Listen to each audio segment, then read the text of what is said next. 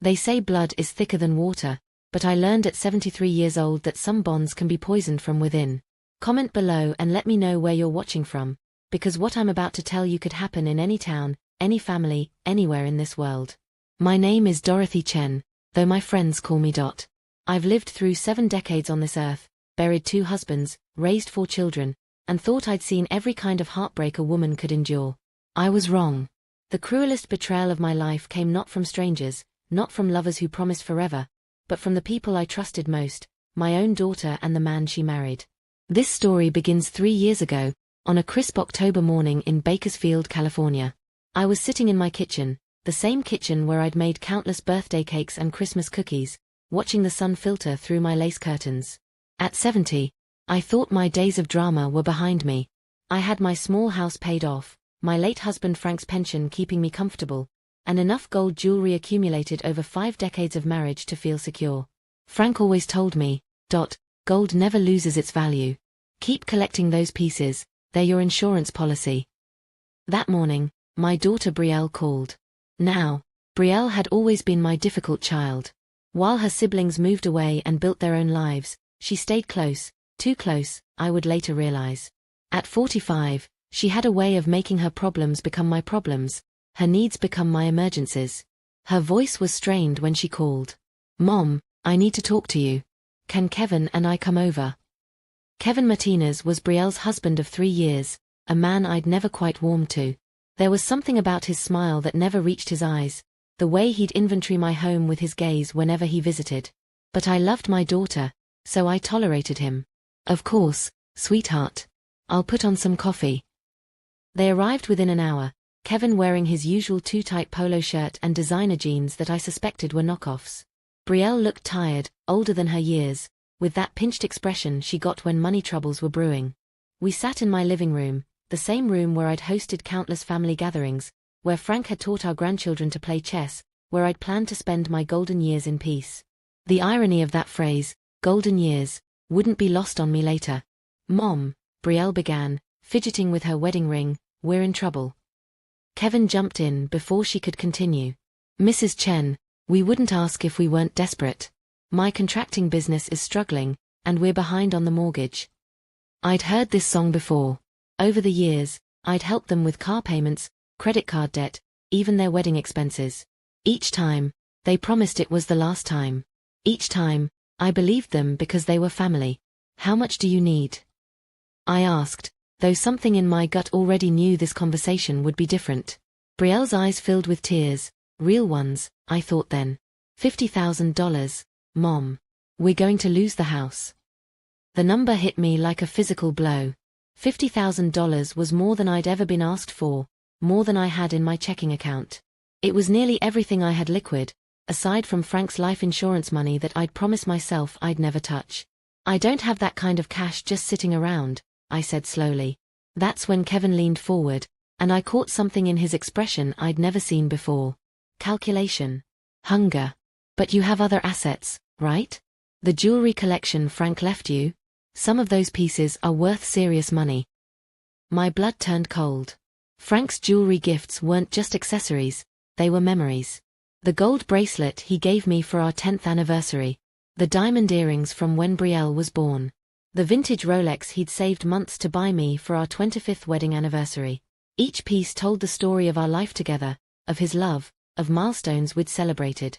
Those pieces aren't for sale, I said firmly. Brielle's tears intensified. Mom, please. We'll pay you back. With interest. I promise on Dad's grave that we'll make this right. Invoking Frank's memory was a low blow, and she knew it. I stared at my daughter, this woman I'd carried for 9 months, nursed through chickenpox, celebrated through graduations and heartbreaks. When had she become someone who could sit in my living room and ask me to sell my most precious possessions? But love makes fools of us all, doesn't it? Even at 70, even after a lifetime of learning hard lessons, I couldn't bear the thought of my daughter losing her home. So I agreed to help, not by selling my jewelry, but by taking out a second mortgage on my own house. As they left that day, Kevin hugged me at the door. Thank you, Mom, he whispered in my ear. You won't regret this. He was wrong about that. I would regret it every day for the next 3 years. But if you think that was the betrayal that broke me, you're wrong. That was just the appetizer. The main course of their deception was still being prepared, and when it was finally served, it would be colder than any revenge I could have imagined. What I discovered next changed everything I thought I knew about trust, family, and how far people will go when they think you're nothing more than an obstacle between them and what they want. The months following my agreement to help Brielle and Kevin should have been a time of relief for all of us. I'd secured a second mortgage on my house, the house Frank and I had bought in 1978, where we'd raised our children, where every room held 40 years of memories. The monthly payments would be tight on my pension, but I told myself it was temporary. Family helps family. That's what Frank would have wanted. But instead of gratitude, I noticed something else creeping into my daughter's behavior. Distance. Avoidance. The weekly phone calls became sporadic. The Sunday dinners I'd hosted for years suddenly became inconvenient for their schedule. At first, I rationalized it. People feel awkward when they owe money, I told myself. They need space to get back on their feet. But as weeks turned into months, their absence felt less like embarrassment and more like deliberation. It was my neighbor, Rita Gonzalez, who first planted the seeds of my suspicion. Rita had lived next door for 15 years and had a gift for noticing what others missed. She'd been a detective's wife for 30 years before her husband passed, and she retained that sharp eye for detail that comes from a lifetime of paying attention. We were having coffee on my back porch one February afternoon when she casually mentioned, "I saw your daughter's husband at the jeweler's on Chester Avenue last week. He was carrying what looked like a jewelry box." My heart skipped. Which jeweler? Goldstein's Antiques and Jewelry. You know, the one that buys estate pieces. I felt something cold settle in my stomach. Goldstein's wasn't where you went to buy jewelry for your wife. It was where you went to sell family heirlooms when you were desperate or greedy. Maybe he was getting something repaired for Brielle, I said, but even as the words left my mouth, they felt hollow. Rita gave me that look she reserved for people who were being willfully naive. Maybe, she said. But in 30 years of being married to a cop, I learned to trust my instincts. And my instincts are telling me you should be careful. That night, I lay in bed staring at the ceiling, Frank's empty side of the bed feeling larger than usual. I thought about Kevin's behavior during their visits over the past few months, how his eyes would wander to my china cabinet where I displayed some of my jewelry collection, how he'd ask casual questions about the value of certain pieces, how he'd mentioned more than once that I should consider getting my collection appraised for insurance purposes. Insurance. The word echoed in my mind with new meaning. The next morning, I did something I hadn't done in months. I opened my jewelry box, the large mahogany case Frank had given me for my 60th birthday, and took inventory. Everything seemed to be there, but then again, I rarely looked at every piece closely. Some items I hadn't worn in years. I pulled out each tray, examining every necklace, every bracelet, every ring. My hands shook as I handled Frank's mother's pearl necklace, the one she'd given me when we got engaged. It was there, but something felt different about the clasp. It was looser than I remembered, and the pearls seemed duller somehow. Paranoia, I told myself. Grief playing tricks on my eyes. But I couldn't shake Rita's words. That afternoon, I drove to Goldstein's myself. The shop was cramped and dusty, filled with the accumulated treasures and sorrows of countless families. Morris Goldstein had been in business for 40 years, and his reputation was solid. "Mrs. Chen," he greeted me warmly. "How can I help you today?" "I'm thinking about getting some of my pieces appraised," I said carefully. "For insurance purposes." He nodded. "Smart thinking. Would you like to bring them in, or shall I come to your house?" "Actually," I said, my heart pounding, "I'm wondering if you remember a young man who might have come in recently. Mid-30s, Latino, about 6 feet tall? He might have had some jewelry to sell." Morris's expression shifted slightly. "Mrs. Chen, you know I can't discuss other customers' business. Even if that customer might have been selling my jewelry." The silence that followed was deafening. Morris studied my face for a long moment, then walked to his office and returned with a business card. "If you suspect theft, you should call the police," he said quietly. "But if you want to verify what belongs to you, bring in your pieces. I have an excellent memory for jewelry, especially unique pieces." I left the shop with his card clutched in my trembling hand and a terrible certainty growing in my chest. When I got home, I went straight to my jewelry box and began examining each piece more carefully than I had in years. That's when I found it. Or rather, didn't find it. Frank's mother's ring, a beautiful Art Deco piece from the 1920s with a 2-carat diamond surrounded by sapphires, was gone. In its place was a cheap replica, so poorly made that I couldn't believe I'd missed it before. The metal was too light, the stones were clearly cubic zirconia, and the craftsmanship was shoddy. My hands shook as I continued searching. 3 more pieces were replaced with fakes: a gold chain that had been my grandmother's, a pair of emerald earrings Frank had given me for our 15th anniversary, and a vintage Cartier watch. But here's the thing that chilled me to the bone: whoever had made these switches had done so with intimate knowledge of my collection. They knew which pieces I wore regularly and which ones I rarely touched.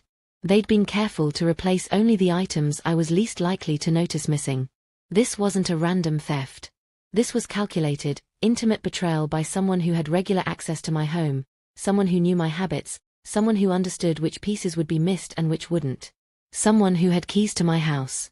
I'd given spare keys to all my children, but Brielle was the only one who lived locally, the only one who visited regularly, the only one who brought her husband into my home on a weekly basis. That night, I called my son Marcus in Phoenix.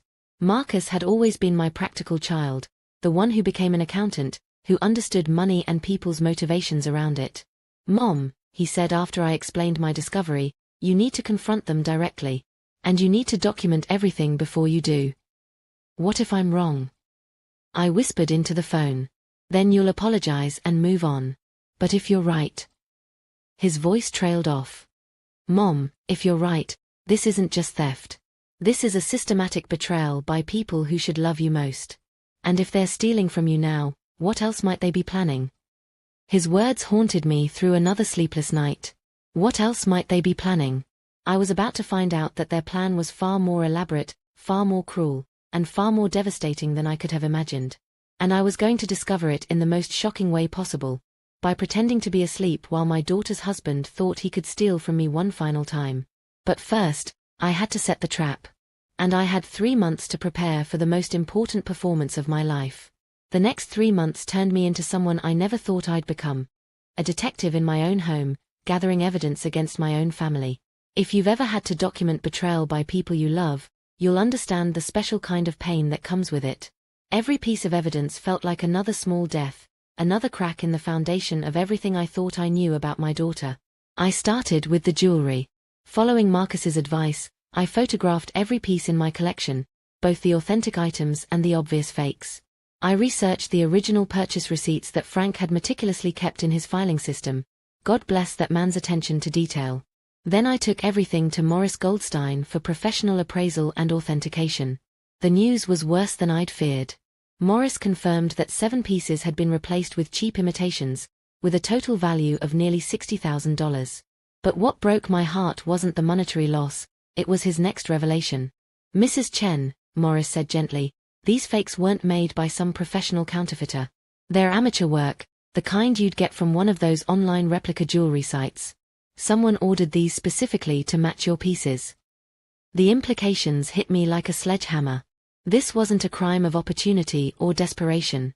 Someone had studied my jewelry collection carefully enough to order custom fakes, had planned this theft over months or even years, replacing pieces gradually so I wouldn't notice all at once. "How long do you think this has been going on?" I asked. Morris examined the fakes again. "Based on the wear patterns on these replicas and the quality of the manufacturing, I'd say someone's been working on this for at least 18 months, maybe longer." 18 months. That meant the theft had begun long before their financial crisis, long before they'd asked me for $50,000. This wasn't desperation, it was premeditation. I left Morris's shop with official appraisals, photographs, and a sick feeling in my stomach. But I wasn't done investigating. Marcus had been right. I needed to document everything before confronting them. Over the next weeks, I became a student of my own home security. I installed small, wireless cameras in strategic locations, not obvious spy equipment, but tiny devices marketed for home security that connected to my phone. I put one in my bedroom facing the jewelry box, one in my living room, and one in the kitchen where I kept important papers. The technology was confusing at first, but my grandson Tyler walked me through it during a visit. Tyler was 17 and had inherited his grandfather's technical aptitude. He helped me set up the system, thinking I was just being cautious about break-ins. "Grandmother," he said as he finished the installation, These will send alerts to your phone if they detect motion when you're not home. You can even watch the feeds live from anywhere. If only he knew what I was really watching for. I also started paying closer attention to Brielle and Kevin's behavior during their increasingly rare visits. I noticed Kevin's eyes still wandered to valuable items, but now I recognized the look for what it was: inventory. He was cataloging what else might be worth taking. During one visit in April, I tested them. I casually mentioned that I was thinking about updating my will and that I'd been having my jewelry appraised for estate planning purposes. The look that passed between Brielle and Kevin lasted only a second, but I caught it. It was the look of two people who shared a guilty secret, a moment of panic quickly covered by false smiles.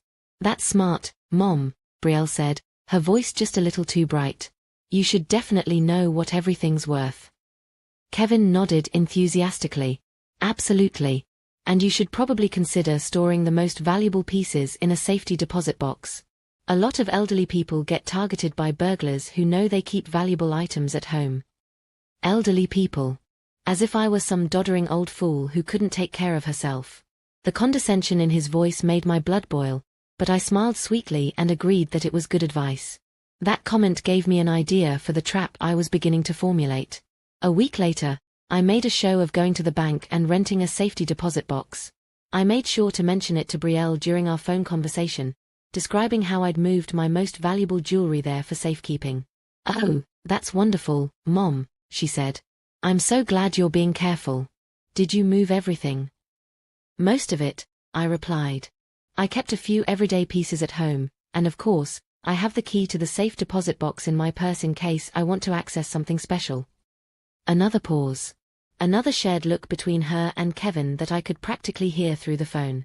The truth was, I hadn't moved anything to the safety deposit box except my authentic jewelry. The pieces I knew were real and valuable. What remained at home were the fakes Kevin had already switched, plus a few real pieces I was willing to risk as bait. But here's what I added to the trap. Inside my purse, along with the real safety deposit box key, I placed a manila envelope containing photocopies of all my documentation. The police reports I'd filed, the appraisal documents from Morris, photographs of the fake jewelry, and a detailed timeline of the thefts. On the outside of the envelope, I wrote in large letters, "Evidence of theft, Brielle and Kevin Martinez, copies filed with police and attorney." If someone opened my purse looking for that safe deposit box key, they would get the shock of their lives. Now I just had to wait for them to take the bait. The opportunity came sooner than I expected. In late May, Brielle called to ask if they could stay at my house for the weekend while their air conditioning was being repaired. The request felt unusual. They'd rarely spent the night at my house since getting married, but I agreed. That Friday evening, they arrived with overnight bags and a story about their AC unit dying during an unexpected heat wave. Kevin was unusually charming, complimenting my cooking, asking about my garden, even offering to help with some household repairs. "You know, Mrs. Chen," he said as we sat on the back porch after dinner, "you should really consider getting a home security system. A woman living alone with valuable items, it's just not safe anymore." Brielle nodded earnestly. "Kevin's right, Mom. We worry about you." Their concern felt hollow, like actors delivering lines they'd rehearsed. I smiled and thanked them for caring, all while the cameras I'd installed were recording every word, every glance, every moment of their performance. That night, I went to bed early, claiming fatigue. But I didn't sleep. I lay in my bed, my phone beside me, watching the live feeds from my security cameras and waiting. I didn't have to wait long. At 2:17 a.m., my bedroom camera detected movement. Kevin was creeping into my room, moving carefully in the darkness, heading straight for my purse on the dresser. My heart pounded as I watched him through barely cracked eyelids, forcing myself to breathe slowly and evenly, to appear deeply asleep. This was it, the moment of truth I'd been preparing for. He reached my purse and began carefully opening it, his movements deliberate and practiced. He knew exactly what he was looking for. And when he found it, when he opened that manila envelope and saw what was inside, his reaction was everything I'd hoped for and more. But I'm getting ahead of myself. What happened in those next few minutes would change everything, not just between us, but in ways I never could have anticipated. The trap I'd set was about to spring, but the consequences would be far more complex than simple justice. Sometimes revenge is a dish best served cold. Sometimes it's served with a side of regret you never saw coming. I want you to understand something before I tell you what happened next. At 73 years old, I thought I knew what betrayal felt like. I'd been cheated on by my first husband, lied to by business partners, disappointed by friends who vanished when times got tough. But nothing, and I mean nothing, prepares you for the moment when you watch your own daughter's husband steal from you while thinking you're asleep just feet away. The bedroom was dark except for the pale glow of my phone screen, which I held carefully beneath my blankets, watching Kevin's every move through the camera feed. He'd reached my purse and was methodically searching through it, his movements confident and practiced. This wasn't his first time going through my belongings, I realized that now. How many other nights had he done this while I slept, cataloging my possessions, planning his thefts? I controlled my breathing, keeping it deep and steady like someone in REM sleep, even as my heart hammered against my ribs. Through my barely open eyelids, I could see his silhouette hunched over my dresser, his hands moving carefully through my purse. Then he found it, the manila envelope. Even in the darkness, I could see his body go rigid. His hands stilled for a moment, and then he carefully pulled out the envelope. The paper rustled softly as he opened it, and I watched his posture change as he began reading by the light of his phone. For a moment, the room was completely silent except for the sound of my own pulse thundering in my ears.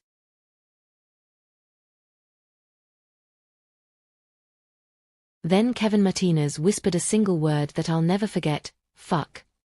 It was the first genuine emotion I'd heard from him in 3 years. I watched him flip through the documents, the police reports, the appraisal certificates, the photographs of the fake jewelry. His hands were shaking now. He looked from the papers to my sleeping form and back again, and I could practically see the wheels turning in his mind as he realized the full scope of what I knew. But here's where the story takes a turn that even I didn't expect.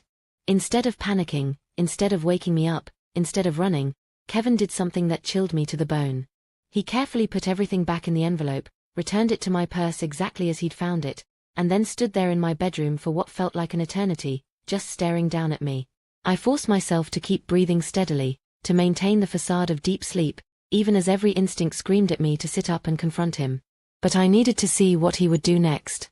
What he did was lean down close to my face, so close I could smell the coffee on his breath, so close I could feel the heat radiating from his skin, and whisper something that made my blood turn to ice water. "I know you're awake, Dorothy." My eyes flew open involuntarily, and there he was, his face inches from mine in the darkness, his expression calm and cold in a way I'd never seen before. "Kevin," I said, sitting up quickly, my hand instinctively reaching for the bedside lamp. "Don't," he said quietly, his hand moving to stop mine. "Let's talk in the dark. It's more honest this way." The man sitting on the edge of my bed wasn't the bumbling, charming son-in-law who'd been playing the role for 3 years. This was someone else entirely, someone calculating and dangerous and completely unmasked. "How long have you known?" he asked conversationally, as if we were discussing the weather. "Known what?" I tried to maintain the pretense, but my voice betrayed me. "Don't insult us both, Dorothy. You've been watching me for months. The cameras, the fake safety deposit box story, this little envelope full of evidence. Very clever for a lonely old widow." The casual cruelty in his voice, calling me a lonely old widow like I was nothing more than a pathetic cliché, sparked something fierce in my chest. "How long have you been stealing from me?" I shot back. He smiled in the darkness. 2.5 years. Since about 6 months after Brielle and I got married. Did you know your daughter helped pick out which pieces to replace first? She has excellent taste, always went for the items you touched least often. The words hit me like physical blows. Brielle hadn't just known about the thefts, she'd been an active participant. She'd sat at my kitchen table, eaten my food, accepted my help with their mortgage, all while systematically robbing me of my most precious possessions. "The $50,000, I whispered. "Was just the beginning," Kevin finished.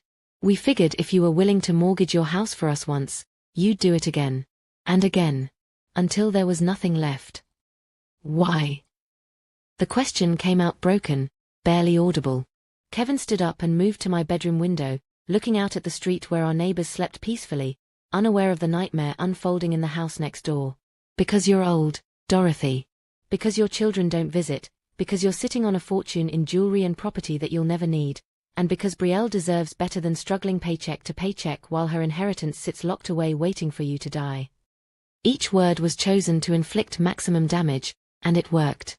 I felt something inside me crumble, some last vestige of faith in human decency or family bonds. So what happens now? I asked. Kevin turned back to face me. Now we have a problem. You've involved the police, which complicates things. But you haven't pressed charges yet, which tells me you're still hoping to handle this within the family. He moved back to the bed, sitting down again, and I could see his face in the pale light filtering through the curtains. He looked thoughtful, almost regretful. Here's what's going to happen, Dorothy. You're going to withdraw those police reports. You're going to stop this investigation. And you're going to continue helping us financially until we've recovered from our setbacks. And if I don't, then I'll make sure everyone knows what a paranoid, bitter old woman you've become. I'll tell them how you've been hallucinating thefts, how you accused your loving daughter and son-in-law of crimes they didn't commit, how you can't be trusted to live alone anymore. The threat was clear. If I pursued this, he would destroy my reputation, my relationships with my other children, my independence. He would paint me as a confused elderly woman who couldn't tell reality from paranoia. But there's another option, he continued, his voice taking on an almost gentle tone. You could have an accident. Falls are so common among elderly people, especially at night. Tragic, really. And then all these problems would just disappear. The room went dead silent. In that moment, I realized I wasn't just dealing with a thief. I was dealing with someone who was contemplating murder. But here's what Kevin Martinez didn't know about Dorothy Chen. I hadn't survived 73 years on this earth, 2 difficult marriages, financial struggles, the deaths of both my parents and my second husband, and 4 decades of raising children by being easily intimidated. And I sure as hell wasn't going to start now. Get out of my bedroom, I said quietly. Dorothy. Get out of my bedroom. Something in my voice must have convinced him not to push further. He stood up slowly, smoothed down his shirt, and walked toward the door. Think about what I said, he called softly over his shoulder. We'll talk more tomorrow. After he left, I sat in my bed for hours, staring at the ceiling and processing what had just happened. The man who'd threatened my life was sleeping in my guest room with my daughter, probably reporting back to her about our conversation, probably planning their next move. But they'd made a critical error. They thought they were dealing with a helpless old woman who could be bullied into submission. They were about to learn just how wrong they were. Because I wasn't finished setting traps. And the next one would be bigger, more elaborate, and far more devastating than anything they could imagine. If they wanted to play games with an old woman's life, I was going to show them exactly what this old woman was capable of. The next morning, I made breakfast for my daughter and her husband like nothing had happened. I scrambled eggs, fried bacon, poured orange juice, and set the table with my good china, the same china Kevin had probably already researched for potential resale value. Brielle came down first, yawning and tousling her hair, looking so much like the little girl I'd raised that my heart nearly broke all over again. Morning, Mom, she said, kissing my cheek. Thanks for letting us crash here. Kevin's already called the AC repair guy.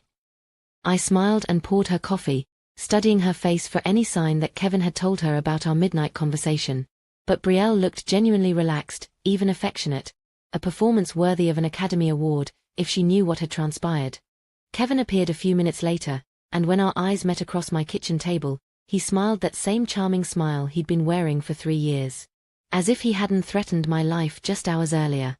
As if we were still playing the same game where he pretended to be a loving son-in-law and I pretended not to know what he really was. Mrs. Chen, this looks amazing, he said, settling into his chair. You're too good to us. Family takes care of family, I replied, holding his gaze steadily. We ate breakfast like a normal family. We discussed the weather, the AC repair, my neighbor Rita's new garden gnomes. Kevin complimented my cooking. Brielle told me about her job at the medical office. It was all so perfectly, horribly ordinary. But I was done being ordinary Dorothy Chen, the accommodating mother and grandmother who could be manipulated through guilt and family obligation. Last night had awakened something in me that had been dormant for years, something sharp and calculating and absolutely ruthless. After they left that morning, I called Marcus in Phoenix. I need help, I told him without preamble. And I need you to keep this conversation between us. Marcus had inherited his father's practical mind and his grandmother's steel spine.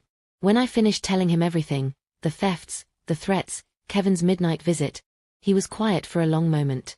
Mom, he said finally, You need to get out of that house. Today. Come stay with us in Phoenix while we figure this out. I'm not running from my own home. This isn't about pride anymore. He threatened your life. Which is exactly why I can't run. If I disappear now, they'll know I'm onto them completely. They might accelerate whatever timeline they're working on, or worse, they might hurt someone else to get to me. Marcus sighed. What do you want to do? I want to destroy them. Completely. Legally. Publicly. I want them to lose everything they thought they could steal from me, and I want them to face consequences that will follow them for the rest of their lives. Mom. Don't mom me. They made this personal when they threatened my life in my own bedroom. Now it's war. Another silence. Then Marcus said something that reminded me why he'd always been my most trusted child. What do you need from me? Over the next hour, we developed what Marcus called our nuclear option. It would require careful coordination, perfect timing, and absolutely no mistakes. But if we pulled it off, Kevin and Brielle would never be able to hurt anyone the way they'd hurt me. Step 1 was expanding my team. I needed allies they didn't know about, people who could help me gather evidence and coordinate a response they wouldn't see coming. I started with Rita, my neighbor. That afternoon, I invited her over for coffee and told her everything. Rita listened without interruption, her detective's widow instincts cataloging every detail. Honey, she said when I finished, you should have come to me sooner. I've been suspicious of that boy since the day Brielle brought him home. I need help, I said simply. I can't do this alone. Rita smiled grimly. What did you have in mind? I explained Marcus's plan. Rita would help me install additional surveillance equipment, not just cameras, but audio recording devices that could capture conversations throughout the house. She would also serve as my primary witness and backup contact. If anything happened to me, Rita had instructions to immediately contact Marcus, the police, and my attorney. Plus, Rita added, I still have contacts from my husband's years on the force. Off-the-record help, if you need it. Step 2 was financial. I called my bank and my attorney, Janet Morrison, who'd been handling my legal affairs for 20 years. Within 2 days, I'd restructured everything. My accounts were frozen except for basic living expenses. My will was updated with ironclad language that would prevent Kevin and Brielle from inheriting anything if they were convicted of theft or fraud. Most importantly, I'd arranged for a private investigator, recommended by Rita's police contacts, to begin building a comprehensive case. The investigator, a former FBI agent named Sarah Kim, was everything I'd hoped for. Professional, thorough, and completely unimpressed by what she called basic theft and extortion. Mrs. Chen, Sarah told me during our first meeting, what you're describing is actually pretty common. Adult children targeting elderly parents, gradual theft designed to fly under the radar, emotional manipulation to prevent reporting. The good news is, you've documented everything beautifully. The bad news is, proving intent in court can be challenging. What do you mean? They could claim they were borrowing items, or that you gave permission, or that there was some misunderstanding. We need them to incriminate themselves clearly, on record, in a way that leaves no room for interpretation. That's when I told Sarah about Marcus's nuclear option, the plan that would give Kevin and Brielle exactly what they wanted, right up until the moment it destroyed them. It's risky, Sarah admitted after I explained it. But if you're committed to seeing this through, it could work beautifully. They'll never see it coming. Step 3 was the hardest part, maintaining the performance. Over the next 6 weeks, I had to continue acting like the same Dorothy Chen they'd been manipulating for years. I accepted their phone calls with warmth, invited them for dinner, listened to their financial problems with apparent concern. But now I knew what I was listening for. When Kevin mentioned casually that they were thinking about taking a vacation once their finances improved, I heard the subtext. They were planning to spend money they'd stolen from me. When Brielle talked about wanting to redecorate their house, I understood she was budgeting with my jewelry's value in mind. The surveillance equipment Rita and I installed captured everything. Kevin going through my mail when he thought I was in the bathroom. Brielle photographing my jewelry collection with her phone while I was cooking dinner. Conversations between them in my living room where they discussed which items to replace next and how much they could get for my authentic pieces. But the most damning recording came from a visit in late July. I'd excused myself to check on something in the kitchen, leaving them alone in my living room. The conversation I recorded that day would later become Exhibit A in the criminal case against them. The old lady's getting suspicious, Kevin said quietly. No, she's not, Brielle replied. She would have said something by now if she knew. She asked me yesterday if I'd ever been to Goldstein's jewelry shop. That's not a coincidence. So what if she knows some pieces are missing? We'll just deny everything. Who's going to believe a lonely old woman over her devoted daughter and son-in-law? Kevin laughed, actually laughed, at that. You're right. Plus, the way her memory's been getting worse lately, we could probably convince everyone she's losing her mind. Once she's gone, Brielle continued, and hearing my daughter discuss my death so casually nearly broke my resolve. This house, the remaining jewelry, whatever's left in her accounts, it'll all be ours anyway. We just need to be patient.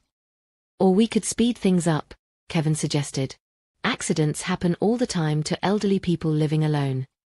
The recording device captured every word, every callous laugh, every casual discussion of my murder. Sarah was right. This was exactly the kind of clear incrimination we needed. But listening to my own daughter discuss my death like a business transaction changed something fundamental inside me. This wasn't just about justice anymore. It was about making sure they understood exactly what they'd lost when they decided to betray the person who'd loved them most. The plan Marcus and I had developed was elegant in its simplicity. We were going to give Kevin exactly what he'd been trying to steal, access to my most valuable possessions. We were going to make him think he'd won completely. And then we were going to watch his world collapse around him. The trap was set for Labor Day weekend. Kevin and Brielle had asked to stay at my house again, claiming their AC was acting up once more, a lie so transparent it was almost insulting. But I agreed enthusiastically, even offering to cook Kevin's favorite dinner. You're so good to us, Mom, Brielle said over the phone. I don't know what we'd do without you. Soon, I thought grimly, you're going to find out. 3 days before Labor Day weekend, I called them with exciting news. I'd decided, I told them, to consolidate all my valuable jewelry into a home safe. No more safety deposit box trips, no more worrying about bank hours. Everything would be right there in my house, secure and accessible. That's wonderful, Mom, Brielle said, and I could practically hear her salivating. Where are you putting the safe? In my bedroom closet. The installation company said it was the most secure location. I gave them details about the electronic lock, mentioned how all my most precious pieces would be stored together, even casually dropped that I kept the safe combination written down in my purse just in case my memory fails me. It was like dangling a steak in front of hungry wolves. What I didn't tell them was that Marcus had flown in from Phoenix and was staying at Rita's house. What I didn't mention was that Sarah Kim and 2 police detectives would be monitoring everything from a surveillance van parked 3 houses down. What I forgot to say was that the valuable jewelry in the safe was actually the fake pieces Kevin had already stolen from me, along with some costume jewelry I'd bought specifically for this occasion. But there was one real item in that safe. One genuine piece that would serve as the final revelation in our elaborate performance. Because when Kevin opened my purse looking for that safe combination, when he found what I'd really left for him to discover, he was going to realize that he'd been playing a game with someone who was infinitely better at it than he was. The weekend of reckoning was 48 hours away. And I was ready. Friday afternoon, Kevin and Brielle arrived at my house carrying overnight bags and wearing expressions of concern that would have fooled me completely 3 months earlier. Now I could see the performance for what it was, 2 actors playing the roles of loving family members while calculating how much they could steal from me. Mom, you look tired, Brielle said, embracing me at the front door. Are you feeling okay? I'd been careful to appear slightly more frail over the past few weeks, moving a little slower, seeming occasionally confused about small details. It was all part of the performance, designed to make them feel more confident about their plans. Just my age catching up with me, sweetheart, I replied, letting a slight tremor creep into my voice. I'm so glad you're both here. The house feels too big when I'm alone. Kevin hugged me next, and I felt him scanning my living room over my shoulder, no doubt noting the absence of several pieces that had once been displayed there. He had no way of knowing I'd relocated them specifically to fuel his confidence. Mrs. Chen, you should never feel alone, he said warmly. We're family. Family. The word felt like broken glass in my throat. I served them dinner on my good china, the same pattern Frank and I had received as a wedding gift 47 years ago. As we ate my pot roast, Kevin's favorite, though I now understood his compliments about my cooking were just another manipulation, I listened to them discuss their plans for the weekend. We were thinking we might drive up to the mountains tomorrow, Brielle said casually. Maybe spend the day in the fresh air, have a picnic. That sounds lovely, I replied. You young people need your time together. What she was really telling me was that they'd be conveniently absent from my house for several hours, giving Kevin time to implement whatever plan he developed for accessing my safe. I'd expected this. Sarah Kim had predicted they'd want me out of the house or distracted while Kevin made his move. After dinner, I made a show of being exhausted. I think I'll turn in early tonight, I said, touching my temple as if fighting a headache. These old bones aren't what they used to be. Of course, Mom, Brielle said. You get your rest. Kevin and I will just watch some TV if that's okay. I kissed them both goodnight, my lips burning with the betrayal of showing affection to people who were planning to rob me. In my bedroom, I changed into my nightgown and settled into bed with a book, playing the part of an elderly woman winding down for the evening. But I wasn't settling down for anything. My phone was beside me, connected to the surveillance system Rita and I had installed. Sarah Kim and her team were in position 3 houses away. Marcus was at Rita's, monitoring everything from there and ready to call 911 if anything went wrong. At 10:30 p.m., I turned off my bedroom light and began the most important performance of my life, pretending to sleep while waiting for my daughter's husband to betray me one final time. I didn't have to wait long. At 11:45 p.m., my bedroom door creaked open. Through barely cracked eyelids, I watched Kevin slip into my room, moving with the confidence of someone who'd done this many times before. He was fully dressed in dark clothes, and he carried a small flashlight. My heart hammered against my ribs, but I forced my breathing to remain deep and steady. This was it, the moment we'd been planning for weeks. Kevin moved directly to my dresser, where my purse sat exactly where it always did. He opened it carefully, methodically searching through the contents until he found what he was looking for. A small piece of paper with numbers written on it. The safe combination. Exactly where I told Brielle it would be. He pocketed the paper and began moving toward my bedroom closet, where the safe was installed. I could hear the soft beeps as he entered the combination, followed by the quiet click of the lock disengaging. Through my surveillance app, I watched him open the safe and begin removing items. His movements were quick and practiced. He'd clearly rehearsed this moment. Within minutes, he'd emptied the safe of what he thought was my entire jewelry collection. But then something unexpected happened. Instead of leaving immediately, Kevin returned to my purse.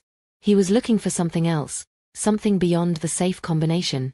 His hands moved through my belongings more frantically now, and I realized he was searching for additional valuables, cash, bank cards, anything else he could steal while he had the opportunity.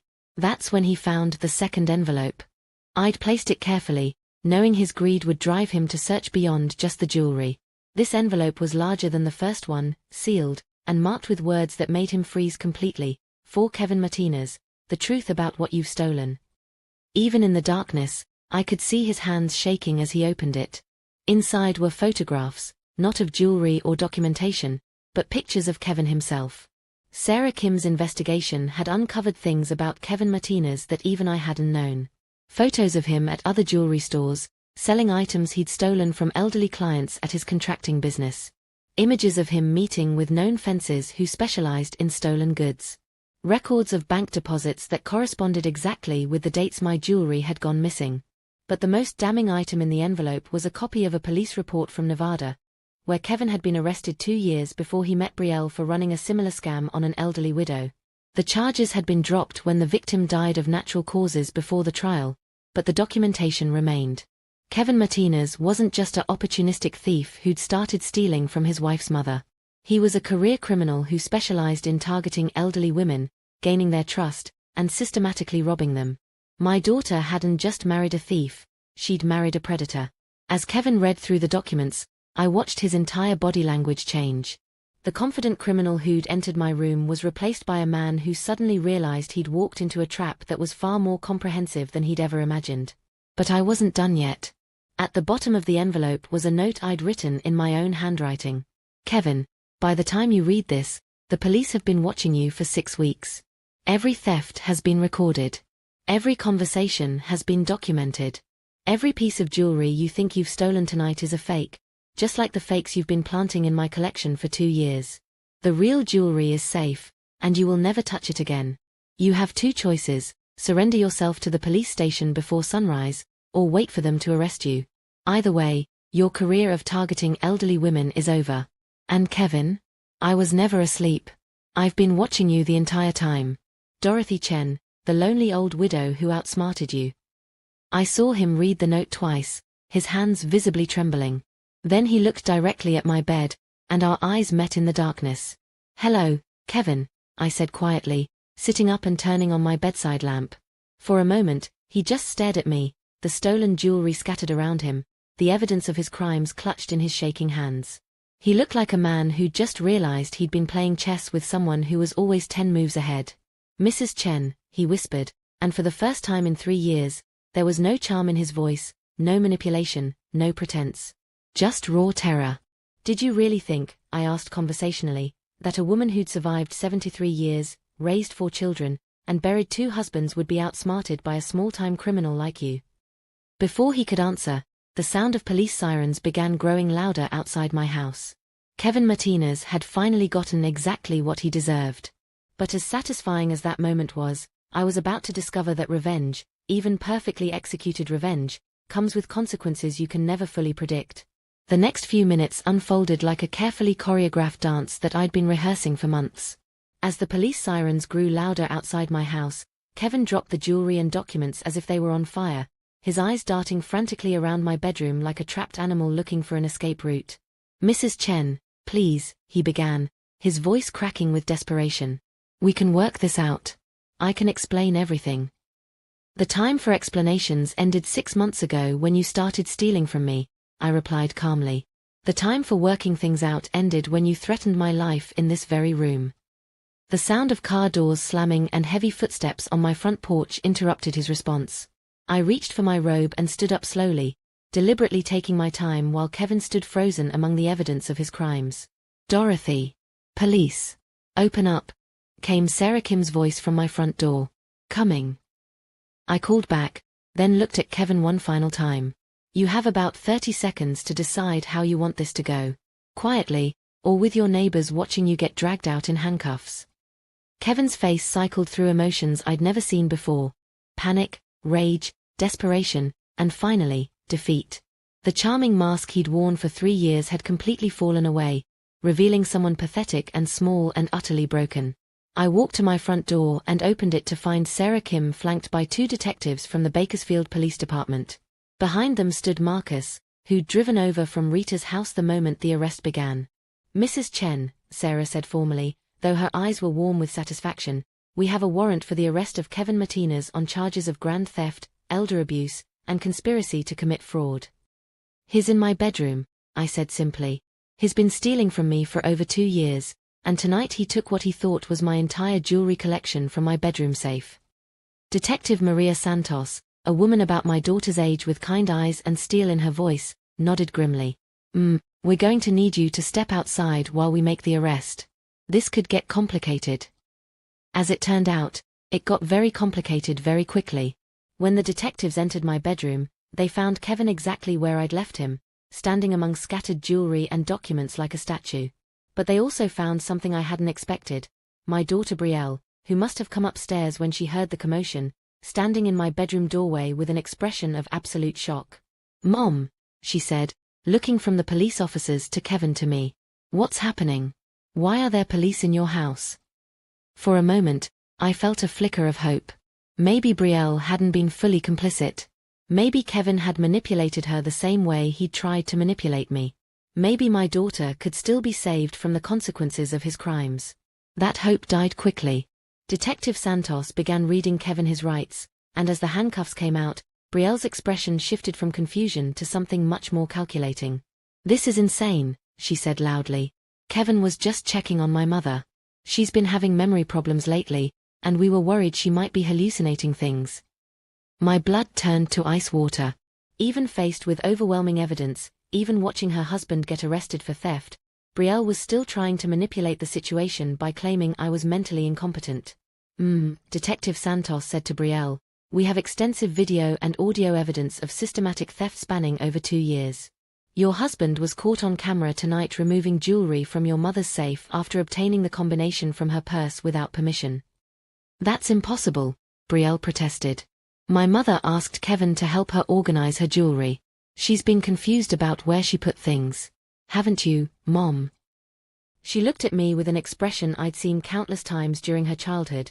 The look she'd give me when she was caught in a lie and was trying to convince me that black was white, that her failing grades weren't her fault, that her teenage mistakes were somehow my misunderstanding of the situation. But I wasn't the same woman who'd fallen for that look 40 years ago. Brielle, I said quietly, I have recordings of you and Kevin discussing my death. I have photographs of you taking pictures of my jewelry with your phone. I have documentation of every piece Kevin stole and every fake he planted in my collection. The color drained from her face. Mom, no. That's not. You don't understand what you're saying. I understand perfectly. You and your husband have been systematically robbing me for over 2 years. You helped him select which pieces to steal first. You discussed speeding up my death. You called me a lonely old widow whose memory was failing. Marcus stepped forward, his face hard with anger I'd rarely seen from my practical, level-headed son.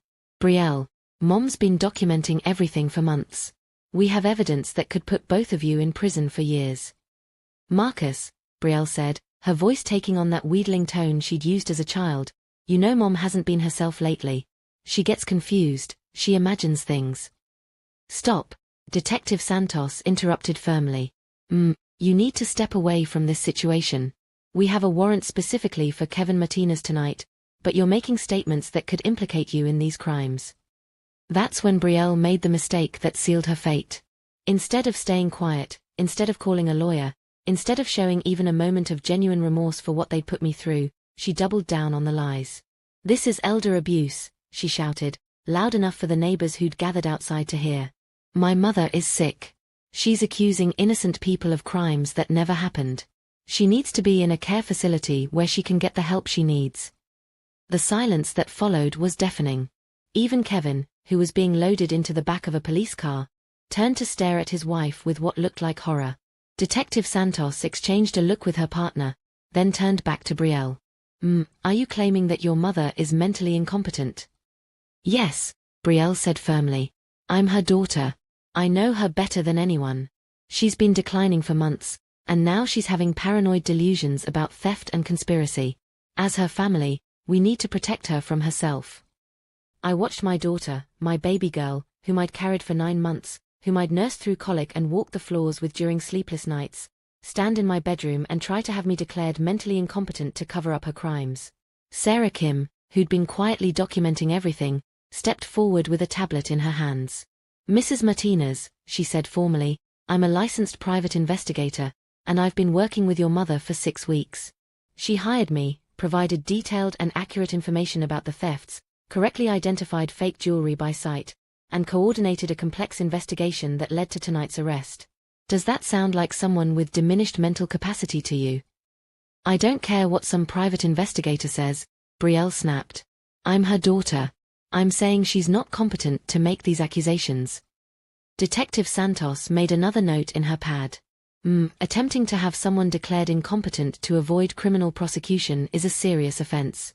I strongly advise you to stop talking and contact an attorney. But Brielle was past the point of rational thinking. Watching Kevin get arrested, seeing years of carefully planned theft falling apart, had pushed her into panic mode. This is all Kevin's fault, she suddenly screamed. I didn't know he was stealing from her. He told me Mom had given him permission to borrow jewelry for appraisals. I thought she knew. And there it was, the confession that sealed both their fates. Detective Santos looked up from her notes with grim satisfaction. You just admitted to knowledge of the theft. You're under arrest. As they read Brielle her rights, as the handcuffs clicked around her wrists, she looked at me one final time with an expression of pure hatred. I hope you're happy, she hissed. You destroyed your own family over some stupid jewelry. Dad would be ashamed of you. That was the moment my heart truly broke. Not from the thefts, not from the lies, not even from the threats against my life. But from hearing my daughter invoke her father's memory while being arrested for betraying everything Frank and I had built together. Marcus put his arm around my shoulders as we watched both Kevin and Brielle being loaded into separate police cars. The neighbors had gathered on their porches and lawns, watching the drama unfold like some twisted version of community theater. It's over, Mom, Marcus said quietly. I watched the police cars pull away, carrying my daughter and her husband to jail, and realized that while justice had been served, the real consequences of this night were just beginning. Because when you destroy your own family in the name of justice, when you watch your child get arrested for betraying you, the victory feels a lot more hollow than you expected it to. The house felt different after the police cars disappeared down my street, carrying my daughter and her husband to jail. It wasn't just quieter, it was changed in some fundamental way, as if the walls themselves had absorbed what had happened here and would never quite be the same. I sat at my kitchen table with Marcus and Sarah Kim, 3 cups of coffee growing cold between us while we processed the events of the evening. Outside, I could see neighbors returning to their houses, the free entertainment having concluded. Rita appeared at my back door, her face etched with concern and something that might have been pride. "How do you feel?" Sarah asked me, her professional demeanor softened by genuine care. How did I feel? Victorious? Devastated? Relieved? Heartbroken? All of the above. Empty, I said finally. I thought I'd feel satisfied, but mostly I just feel empty. Marcus reached across the table and took my hand. "Mom, you did what you had to do. They forced this situation." "Did I?" I stared out my kitchen window at the house where I'd raised 4 children, where I'd celebrated birthdays and Christmas mornings, where I'd built a life with Frank. Or could I have found another way to handle this? "There was no other way," Sarah said firmly. "Dorothy, in 30 years of investigating crimes, I've seen hundreds of cases like this. Elder abuse by family members is one of the most underreported crimes in America because victims feel exactly the way you're feeling right now, guilty for protecting themselves from people they love. But she's my daughter. And she was systematically stealing from you, planning to accelerate your death, and trying to have you declared mentally incompetent to cover her crimes," Rita pointed out, settling into the 4th chair at my table. "Honey, you didn't make those choices. She did." Over the next 3 hours, Sarah walked me through what would happen next. Kevin and Brielle would be arraigned Monday morning. Based on the evidence we'd gathered, the prosecutor was confident about securing convictions on multiple felony charges. The stolen jewelry, what remained of it, would be returned to me, though several pieces had already been sold and might never be recovered. "What about restitution?" Marcus asked. "They'll be required to pay back the full appraised value of everything they stole," Sarah explained. "But realistically, they probably don't have the money. You might recover some of it over time through wage garnishment if they find employment after serving their sentences." Sentences. Prison time. My daughter was going to prison because she'd decided that stealing from her mother was easier than building her own life honestly. "How long?" I whispered. Sarah's expression was grim. Elder abuse carries serious penalties in California. Combined with the grand theft charges, the conspiracy counts, and Kevin's prior record in Nevada, he's looking at 5 to 8 years. Brielle, as a first-time offender, will probably get 3 to 5 years, though she might be eligible for early release. 3 to 5 years. My daughter would be 50 years old when she got out of prison.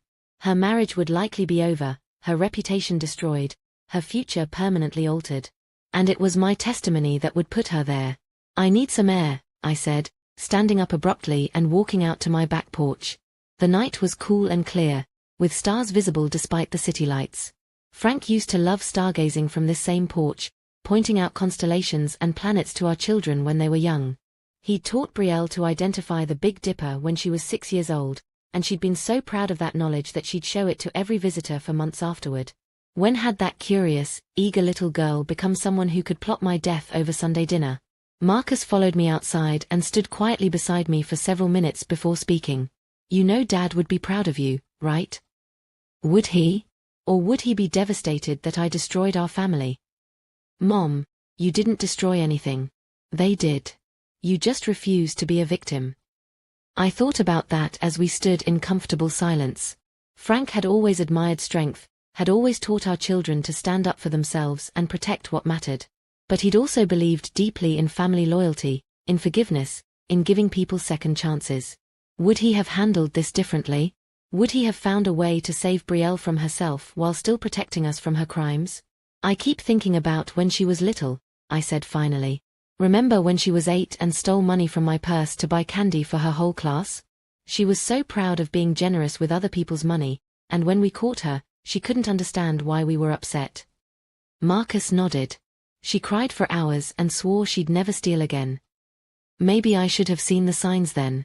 Maybe if I'd been stricter, more vigilant. Mom, stop. Marcus turned to face me fully.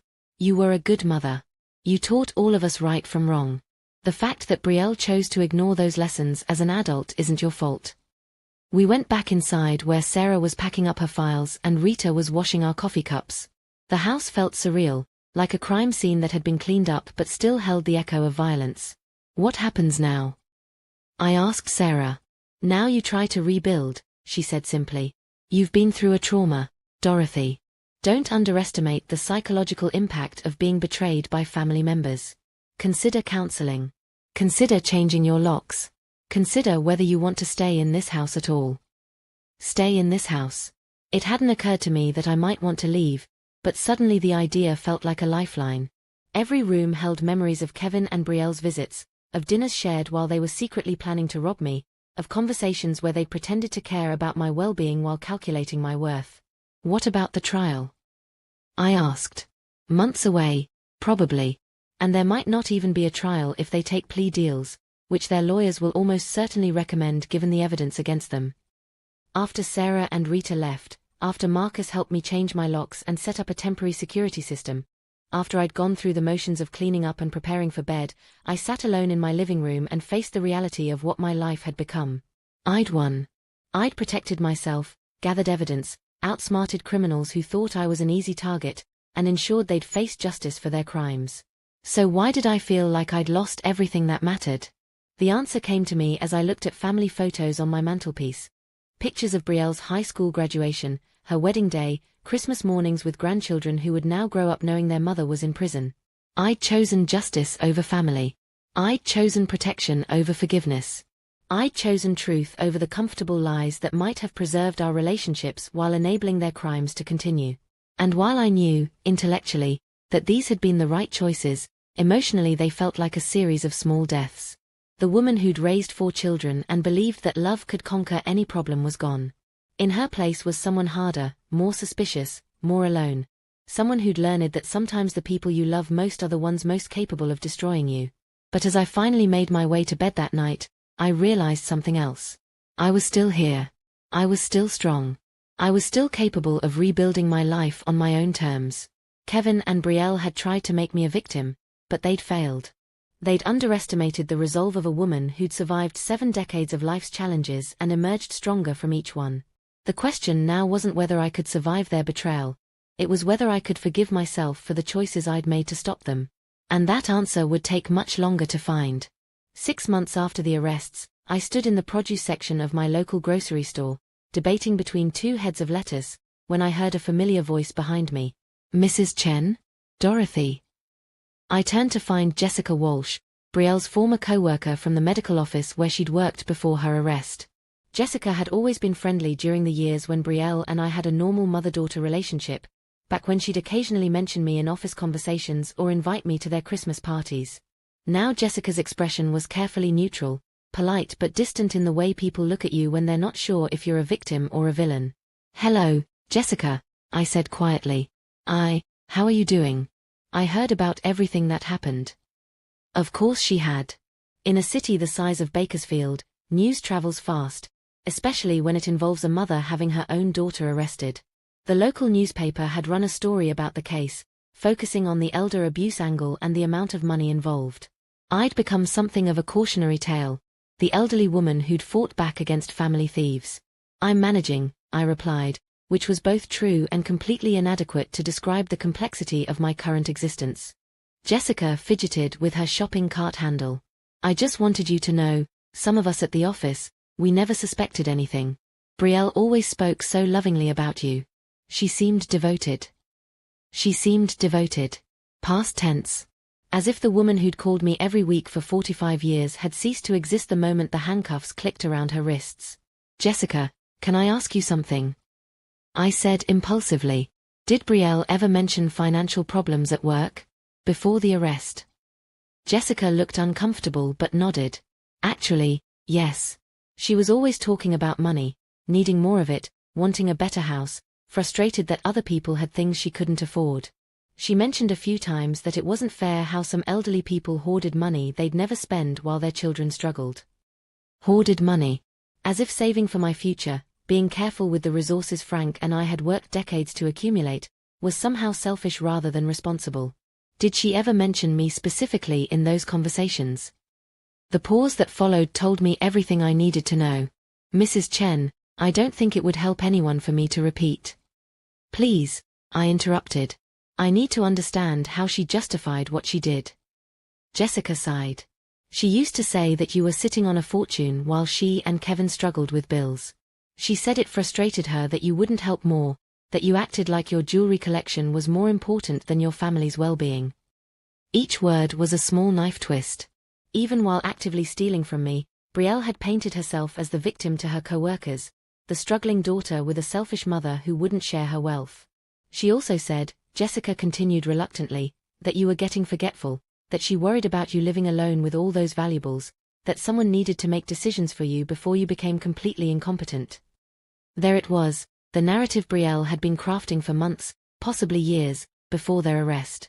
She'd been laying groundwork with her co-workers, establishing a story that would justify having me declared mentally incompetent if their thefts were ever discovered. I thanked Jessica and finished my shopping in a daze, her words echoing in my mind as I drove home. It wasn't just that Brielle had stolen from me. She'd spent months, maybe years, poisoning people against me, creating a version of events where I was the problem and she was the solution. The house felt too quiet when I got home, the way it had every day since the arrest. Marcus called twice a week from Phoenix, my other children checked in regularly, and Rita remained a constant, supportive presence next door. But the specific silence left by Brielle's absence was different from ordinary loneliness. It was the silence of a relationship that had died violently rather than fading naturally. I put away my groceries and sat at my kitchen table with a cup of tea, thinking about Jessica's revelation. For months, I'd been focused on the financial crimes, the theft, the legal consequences. But I'd underestimated the emotional manipulation, the way Brielle had been systematically undermining my reputation while positioning herself as my concerned caretaker. If their plan had succeeded, if they'd managed to have me declared incompetent, no one would have questioned it. Brielle had already planted the seeds with her co-workers, probably with neighbors, possibly with other family members. I would have been the confused elderly woman who couldn't manage her own affairs, and she would have been the devoted daughter stepping in to help.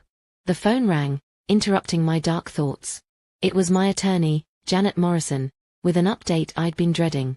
Dorothy, I just heard from the prosecutor's office. Kevin and Brielle have decided to take plea deals. I'd expected this, Sarah Kim had warned me it was likely, but it still felt like a punch to the stomach. What does that mean? It means there won't be a trial. Kevin pleaded guilty to grand theft, elder abuse, and conspiracy. He'll serve 4 years in state prison. Brielle pleaded guilty to conspiracy and accessory charges. She'll serve 18 months, with the possibility of early release for good behavior. 18 months. My daughter would be out of prison in a year and a half, possibly less. It felt simultaneously like too much and not nearly enough. What about restitution? They're both ordered to pay back the full value of the stolen items, about $60,000 total. But Dorothy, realistically, they don't have that kind of money. Kevin will be required to find employment when he's released and turn over a percentage of his wages until the debt is paid. Brielle will have the same obligation. So I'll be lucky to see a few $100s a month for the next decade. Probably less than that, unfortunately. After Janet hung up, I sat in my kitchen processing this information. No trial meant no public vindication, no opportunity to tell my story in court. No moment when a jury would officially declare that I'd been the victim and they'd been the criminals. The plea deals meant that Brielle would serve less time than some people get for shoplifting, and the financial restitution would be minimal. The justice I'd fought so hard for felt hollow and incomplete. That evening, Marcus called with news that made everything worse. "Mom, I heard from Tyler," he said, referring to his 17-year-old son, my grandson. "He's been getting questions at school about Grandma Brielle.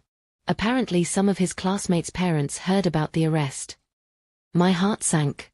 Tyler was a good kid, close to all his grandparents, and I'd been dreading the moment when this situation would affect the younger generation of our family. What kind of questions? Kids asking if it's true that his grandmother is in jail, if you're really senile, if the whole family is falling apart. He's handling it okay, but it's affecting him. What did you tell him to say?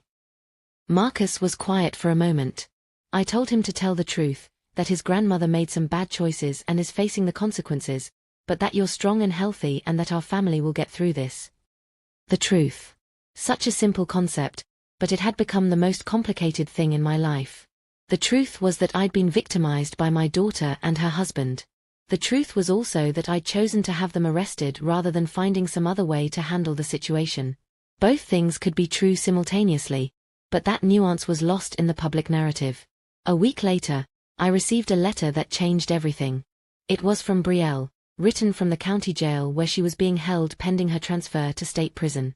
"Dear Mom," it began, and I nearly stopped reading right there.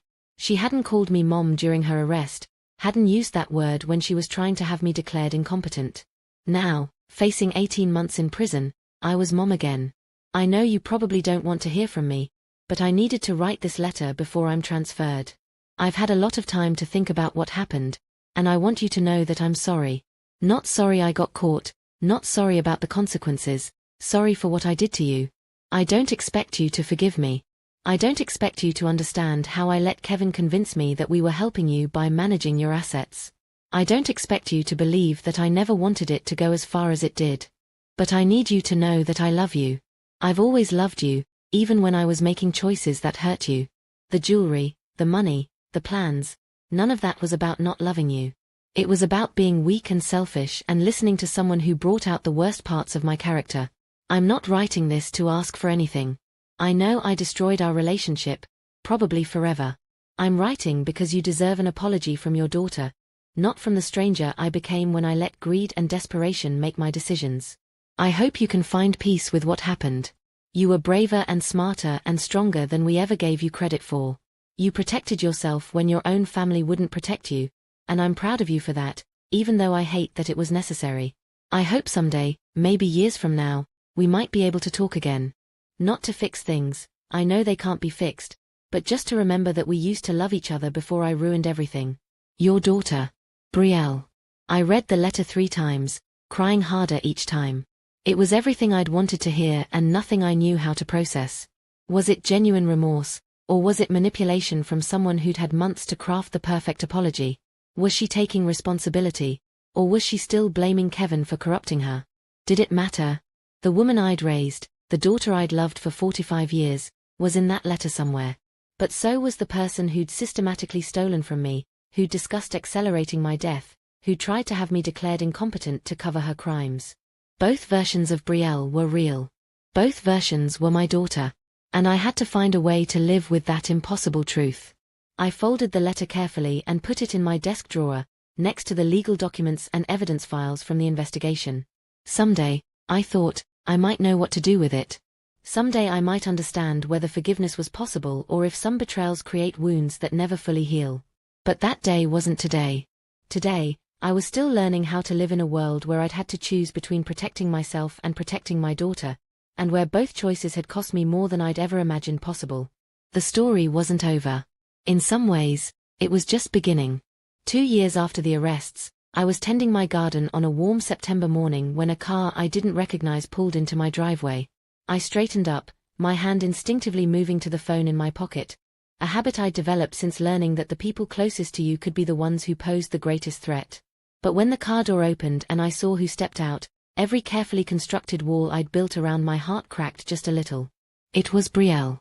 She looked different, thinner, older, with grey threading through her hair that hadn't been there before her incarceration. She moved carefully, as if unsure of her welcome, which was smart because I was unsure of it myself. "Mom," she said quietly, stopping at the edge of my garden. "I got out last week. Early release for good behavior." I stared at my daughter, this stranger who was also the baby I'd carried, the child I'd raised, the woman who'd betrayed me so completely. She'd served 14 months of her 18-month sentence, and now she was standing in my garden like a ghost from a life I'd tried to move past. "How did you find me?" I asked, because it was easier than asking the 1,000 other questions flooding my mind. "Rita told me you still lived here. I wasn't sure you'd want to see me."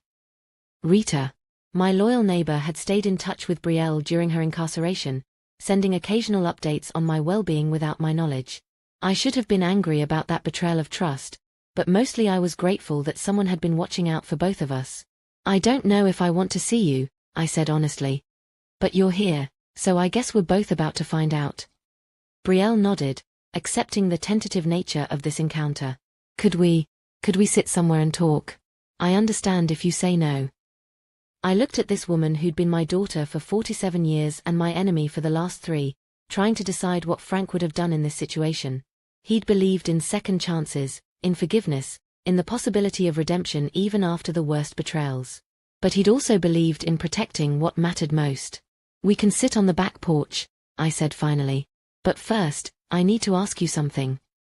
Anything. Are you here because you want something from me, or because you want to give something to me? The question seemed to surprise her. She considered it carefully before answering, which I appreciated. The old Brielle would have rushed to give me whatever answer she thought I wanted to hear. Both, I guess, she said. I want to give you a real apology, not the kind I wrote in that letter from jail. And I want to know if there's any possibility that someday you might be able to forgive me. And what do you want from me? A chance to earn that forgiveness. Not today, maybe not this year, but someday.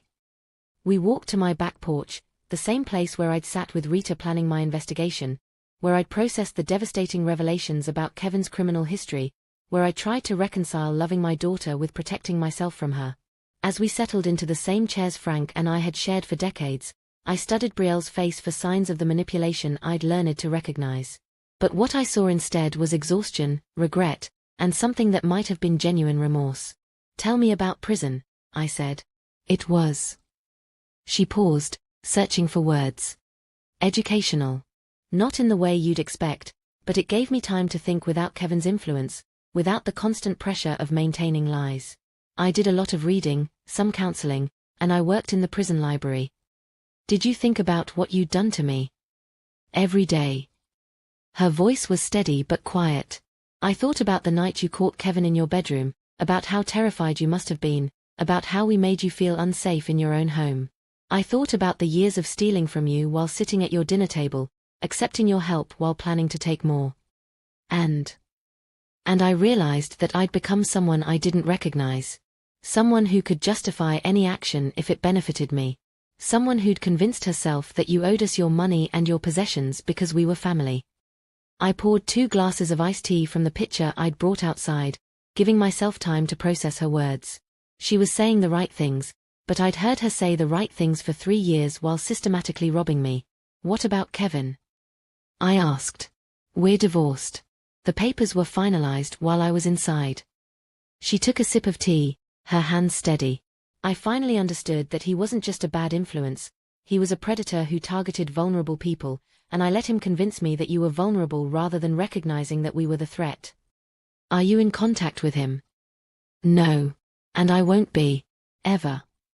The firmness in her voice was convincing. Mom, I know you have no reason to believe me, but Kevin didn't corrupt an innocent person. He found someone who was already selfish and resentful and gave me permission to act on those feelings. The capacity for what I did was already in me, he just helped me access it. That admission surprised me with its honesty. It would have been easier for her to blame Kevin entirely, to paint herself as his victim rather than his willing accomplice. So what now? I asked. I don't know, she said simply. I have a job lined up at a library in Fresno, minimum wage, but it's honest work. I'm living in a halfway house until I can afford my own apartment. I'm required to pay restitution until the debt is satisfied, which will probably take 10 or 15 years. And you came here to tell me this why? Brielle was quiet for a long moment, staring out at the garden where I'd spent countless hours over the past 2 years, finding peace in the simple act of nurturing things that would grow and bloom if properly tended. Because I needed you to know that I understand what I took from you. Not just the money and jewelry, but your sense of safety, your trust in family, your ability to believe that the people who claimed to love you actually did love you. She turned to face me directly, and I saw tears in her eyes for the first time since her arrest. I know I can never give back what I stole from you. But I wanted you to know that I'm going to spend the rest of my life trying to become someone worthy of being your daughter again, even if you never acknowledge that relationship. I felt something shift inside me, not forgiveness, exactly, but a recognition that this version of Brielle was someone I'd never met before. Someone who'd been forced to confront the worst parts of herself and was genuinely trying to change. "What do you expect from me?" I asked. "Nothing," she said immediately. "I don't expect forgiveness. I don't expect a relationship. I don't expect you to trust me or welcome me back into your life. I just needed you to know that I'm sorry, and that I'm trying to do better." We sat in silence for several minutes, each lost in our own thoughts. Finally, I asked the question that had been haunting me for 2 years. "Do you understand why I had to have you arrested?" "Yes," she said without hesitation. "You protected yourself when your own daughter wouldn't protect you. You did what you had to do to stop us from destroying you completely. Are you angry about it?" I was, at first. But anger was easier than accepting responsibility. She paused. "Mom, what you did took incredible strength. You could have let us continue stealing from you until there was nothing left, and plenty of people would have said that was the loving, family-first thing to do. Instead, you chose to save yourself, even knowing it would cost you your relationship with me. It was the hardest thing I've ever done." "I know. And I'm sorry you had to do it." As the afternoon wore on, we talked about smaller things, her plans for the future, my life over the past 2 years, the changes in our neighborhood. It wasn't comfortable, but it wasn't hostile either. It felt like two people trying to find their way back to something that might, eventually, resemble a relationship. When she stood to leave, I walked her to her car. At the driver's door, she turned back to me one final time. "Mom, I know this might be the last time we talk. But I want you to know that you were a good mother. What I became wasn't your fault, it was my choice. And you stopping me wasn't cruelty, it was love." After she drove away, I sat on my front porch watching the sun set over my neighborhood, thinking about redemption and justice and the complicated mathematics of forgiveness. I didn't know if Brielle would keep her promises to herself. I didn't know if she was genuine in her remorse or still playing a longer game than I could see. I didn't know if I would ever be able to fully trust her again or welcome her back into my life without reservation. But for the first time in 2 years, I had hoped that the daughter I'd raised might still exist somewhere inside the woman who'd betrayed me. And that hope, fragile as it was, felt like the beginning of healing. If you're watching this from somewhere in the world where family has disappointed you, where people you trusted have betrayed that trust, I want you to understand something. Protecting yourself doesn't make you heartless, and seeking justice doesn't make you vindictive. Sometimes love means setting boundaries that hurt. Sometimes strength looks like admitting you can't save someone who won't save themselves. I chose to share my story because I want other people facing similar situations to know that it's possible to survive betrayal by family, to fight back against people who think your age or your love makes you an easy target, and to rebuild a life that has meaning and purpose even after everything you thought you knew about the people closest to you turns out to be a lie. The woman who began this story, the trusting mother who would have given anything to help her struggling daughter, is gone. In her place is someone harder but also stronger, someone more suspicious but also more self-protective, someone who understands that real love sometimes requires saying no to people you've spent a lifetime saying yes to. I'm 75 years old now, and I've learned that surviving betrayal doesn't mean forgetting it happened or pretending it didn't hurt. It means choosing to build something new from the wreckage of what was destroyed, and finding ways to honor both the love you once shared and the person you had to become to survive its loss. Thank you for listening to my story. If it helps even one person find the strength to protect themselves from family members who see them as a resource rather than a person to be cherished, then sharing these painful memories will have been worth it. And if you've made it this far, please take a moment to subscribe to this channel and share this story with anyone who might need to hear it. Sometimes the most important conversations are the hardest ones to have. Until next time, remember, your safety, your dignity, and your well-being matter, no matter who is threatening them. Even if they claim to love you. Especially if they claim to love you.